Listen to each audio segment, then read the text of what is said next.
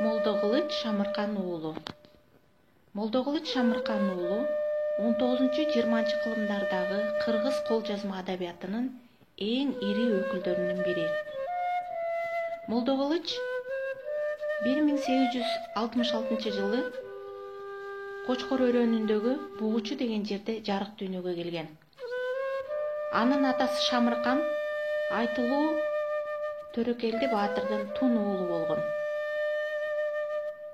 Жети атасынан бери эл башкарып келген Манаптын тукуму болсо дагы Молдокылыч акындык жолго түшүп кетип, эл башкарганга кызыккан эмес.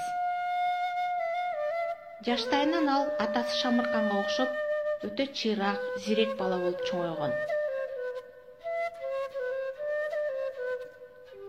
Акындык жолунун эң алгачкы чыгармасы болуп Зилзала эсептелет. Зилзала китеби бул Ишеналы Арабаевдин баш сөзү менен 1911-жылы Казан шаарында араб алфавити менен басылып чыккан. Бул китеп кыргыз элинин тарыхында басмадан чыккан эң алгачкы китеп катары биздин баабызга арзып отурат.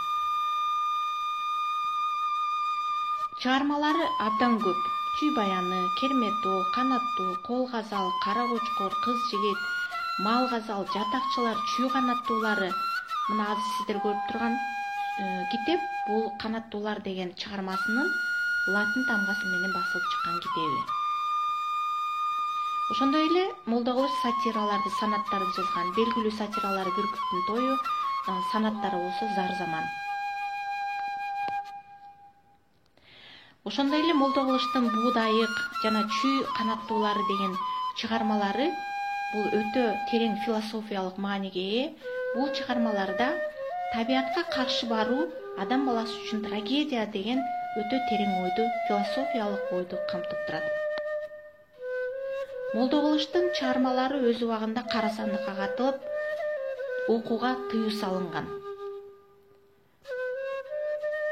Анын чыгармаларын кара сандыкка каттырган эң бир өзөктүү чыгармасы болуп, анын Зар заман деген казалы эсептелет. Молдокылычтын чыгармачылыгын изилдеген окумуштуу Тазабек Саманчин өз убагында улутчул катары көп жолу куугунтукка кабылган.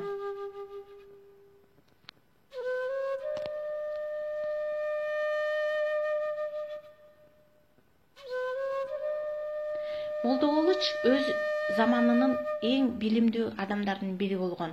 Ошол убакта чыгып турган татар гезиттери, Таржыман, Юлдуз деген гезит журналдарды да окуп турган. Молдокылычтын адабий мурастары качан гана Кыргызстан эгемендүү өлкө болгондо гана жарыкка чыгып, мектеп программаларына, окуу программаларына кирип, жалпы окурмандарга жетип отурат. 2016-жылы анын 150 жылдык юбилейи белгиленип, Токтогул атындагы филармонияда ал тууралуу даректүү фильм көрсөтүлүп, атайын иш-чара өткөрүлгөн. Тапшырма. Молдокылычтын Буудайык чыгармасын окуп, ушул чыгарма боюнча табият жана адам деген темада эссе жазып келүү.